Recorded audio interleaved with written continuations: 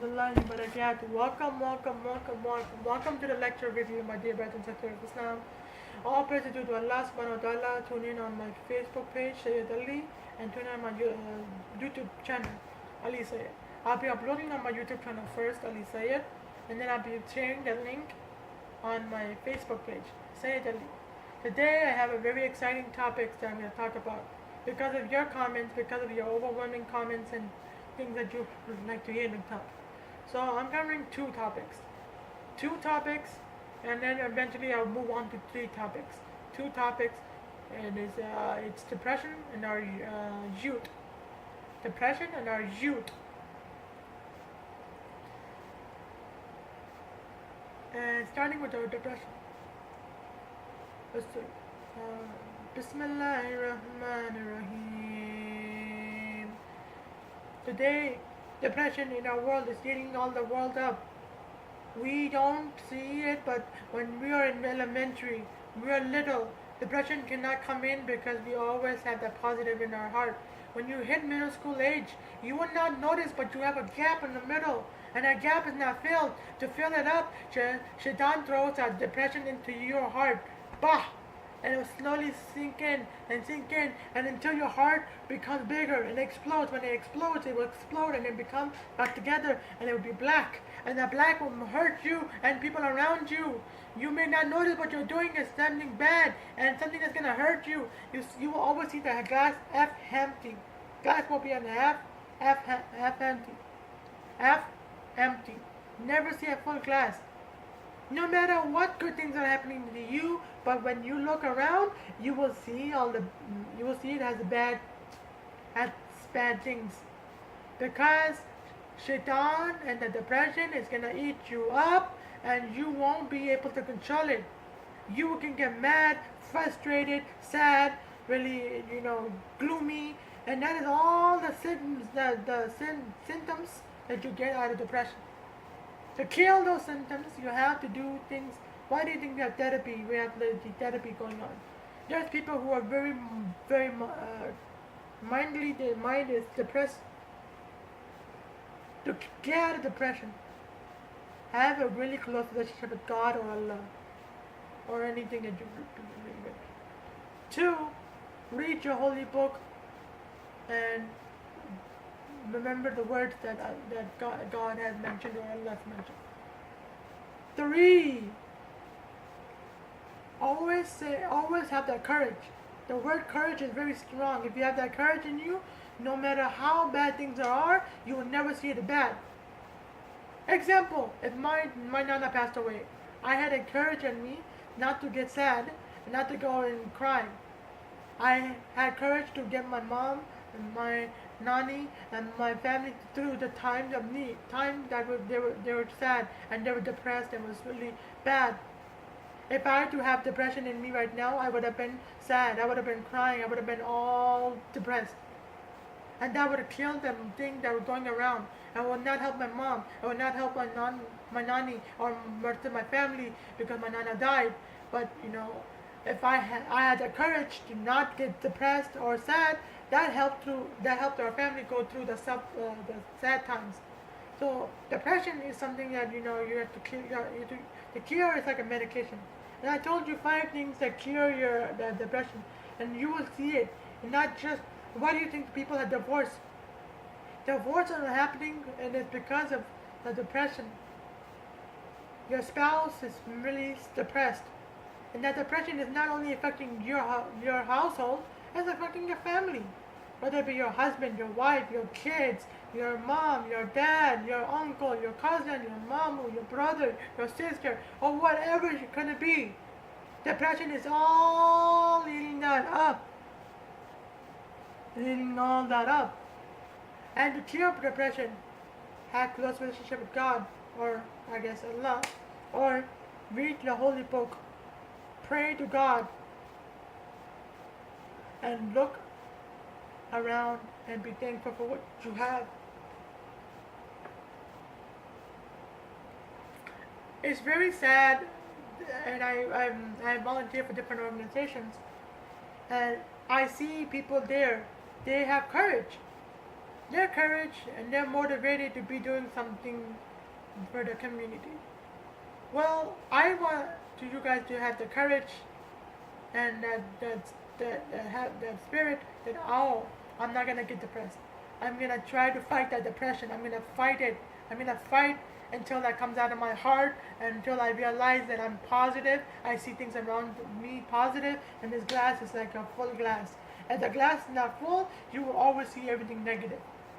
You will talk negative, you will see negative, and whatever you say, do, and see is going to affect the people around you. You may not notice it because you're trapped in that depression mode, and that mode that was going to eat you up and kill you. Allah Nagare, and I say Allah Nagare, that means I hope not, doesn't do it to you guys. But the cure is to be positive. Positive can kill the depression within, I guess, a day or so. But if you're very depressed, then you can't keep control of it. So just remember the things I mentioned, 5 things. So now moving on to our youth. Our youth already is a critical. They say when they hit the age in college, if you don't take care of them now, they will never come to close to the deen of religion. I've heard a story. I was there in the masjid. I was sitting there. It was month of Ramadan, and it was time to open Rosa. So it was before Maghrib. I was sitting there reading the Quran. These youth came in the masjid. They were wearing shorts, and they were new to this religion of Islam. They were like, it was a week or 2 weeks had been when they were Muslim.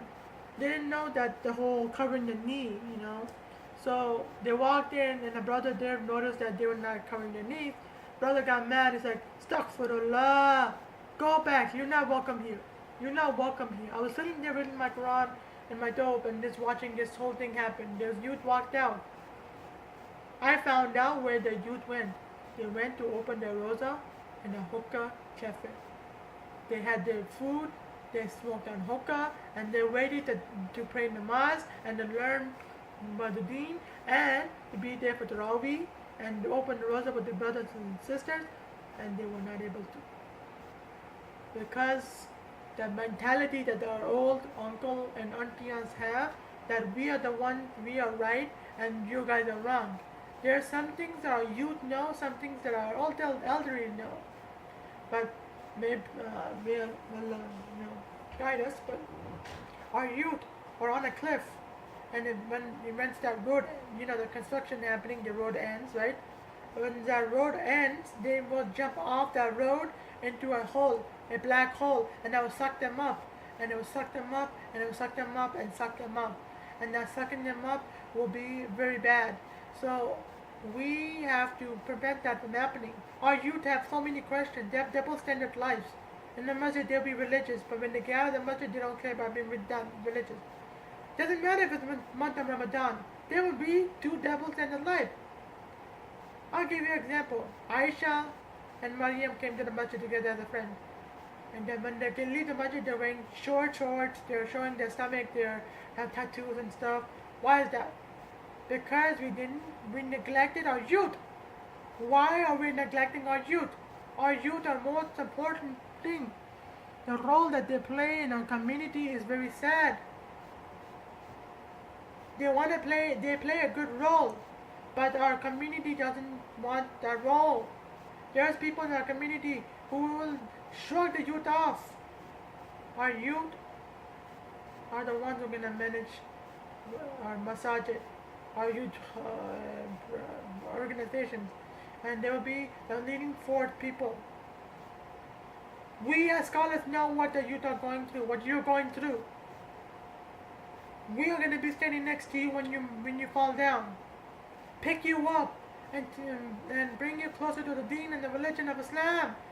We are there when you're taking your first step. We are there if you have any questions. That's the beauty of the scholar. We are there through the whole process of what you're going through. There's a phase 1, phase 2, phase 3, phase 4, and phase 5. Phase 5, you become like this with Allah subhanahu wa ta'ala, and there's nothing that will stop you from coming into the masjid, and there's nothing that can change your mind. Phase 1 will be that I'm only religious on the month of Ramadan, and I come in Jummah, that's it. Phase 2, I will start reading Quran. Phase 3, I will be doing namaz like I should. At phase 4, I am a little more religious. But phase 5, I am like this with Allah subhanahu wa ta'ala, and that's because of our scholars, and that's because of our imams, and that's because of our masajid and our youth organizations, such as the Al-Maghrib, Young Muslims, MIST, MSAs. And I give a shout out to all of these organizations for doing an amazing job, because they are doing the grassroots level to bring the youth closer to the religion of Allah. And that is because that when they come in the community, they come and sit in a really good audience or community. They will get that reflection.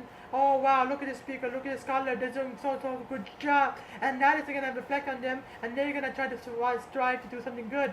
And that is only if we give time to our youth. If our youth become an adult and it's too late, and they will all be gone. We need to give time to our youth. So my dear brothers and sisters, I really humbly requested you. I request you, brother parents, to give time to your kids. Imams, scholars, if you are, please try to give time to the youth. Our youth are precious, and they can lead to the deen. I've heard stories where our youth have left the deen because they were not getting the proper attention that they should have gotten. They left the deen of Islam for a different religion. Parents were depressed because their kids are leaving the religion of Islam. And as a scholar, we had to break the news. You did not care for your kids or your youth. Where were you when your youth were going through the troubles? Where were you when your youth were in trouble? Where were you? How did you contribute to help them out? What did you do to help them out?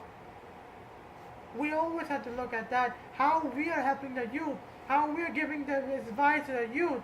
Because what we do, what we say, our youth are going to look at it, and they're going to do it exactly as you say it. So my dear brothers and sisters, watch out what you say, do, and say.